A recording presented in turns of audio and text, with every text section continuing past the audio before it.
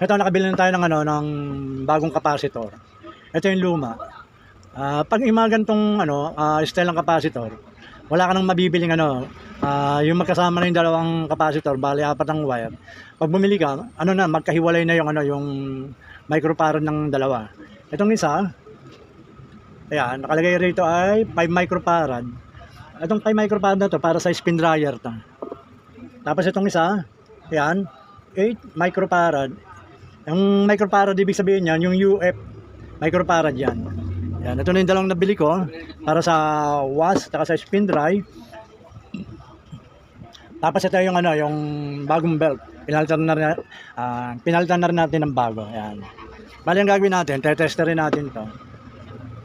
Titingnan natin kung ano ang pagkakaiba niya rito sa nasirang capacitor. Yan, nakalagay siya sa sa times 1K. Dito muna tayo sa may analog.